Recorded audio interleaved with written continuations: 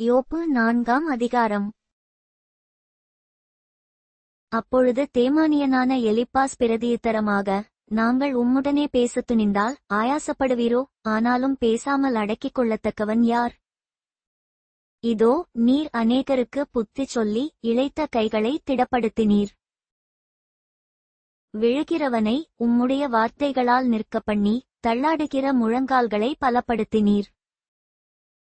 இப்பொழுதோ துன்பம் உமக்கு நேரிட்டபடியினால் ஆயாசப்படுகிறீர், அது உம்மைத் தொட்டதினால் கலங்குகிறீர். உம்முடைய தேவபக்தி உம்முடைய உறுதியாயும் உம்முடைய வழிகளின் உத்தமம் உம்முடைய நம்பிக்கையாயும் இருக்க வேண்டியதல்லவோ? குற்றமில்லாமல் அழிந்தவன் உண்டோ? சன்மார்க்கர் அதம் பண்ணப்பட்டது எப்போ? இதை நினைத்துப் பாரும். நான் கண்டிருக்கிறபடி அநியாயத்தை உழுது தீவினையை விதைத்தவர்கள் அதையே அறுக்கிறார்கள். தேவனுடைய சுவாசத்தினாலே அவர்கள் அழிந்து அவருடைய நாசியின் காற்றினாலே நிர்மூலமாகிறார்கள். சிங்கத்தின் கெர்ச்சிப்பும் துஷ்ட சிங்கத்தின் முழக்கமும் அடங்கும், பாலசிங்கங்களின் பற்களும் தகர்ந்துபோம். கிழசிங்கம் இரையில்லாமையால் மாண்டு போம், பாலசிங்கங்கள் சிதறுண்டு போம். இப்போதும் ஒரு வார்த்தை என்னிடத்தில் இரகசியமாய் அறிவிக்கப்பட்டது, அதனுடைய மெல்லிய ஓசை என் செவியில் விழுந்தது. மனுஷர் மேல் அயர்ந்த நித்திரை இறங்குகையில் இராத்தரிசனங்களில் பலவித தோற்றங்கள் உண்டாகும்போது திகிலும் நடுக்கமும் என்னை பிடித்தது, என் எலும்புகளெல்லாம் நடுங்கினது.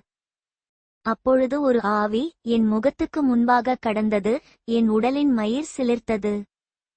அது ஒரு உருப்போல என் கண்களுக்கு முன் நின்றது, ஆனாலும் அதின் ரூபம் இன்னதென்று விளங்கவில்லை. அமைதலுண்டாயிற்று. அப்பொழுது நான் கேட்ட சத்தமாவது, மனுஷன் தேவனைப் பார்க்கிலும் நீதிமானாயிருப்பானோ? மனுபுத்திரன் தன்னை உண்டாக்கினவரைப் பார்க்கிலும் சுத்தமாயிருப்பானோ?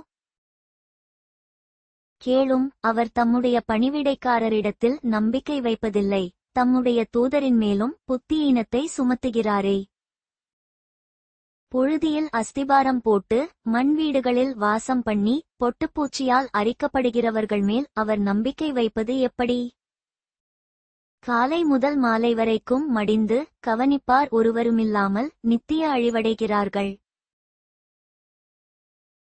அவர்களிலிருக்கிற அவர்களுடைய மேன்மை போய்விடுமல்லவோ? ஞானமடையாமல் சாகிறார்கள் என்று சொன்னான்.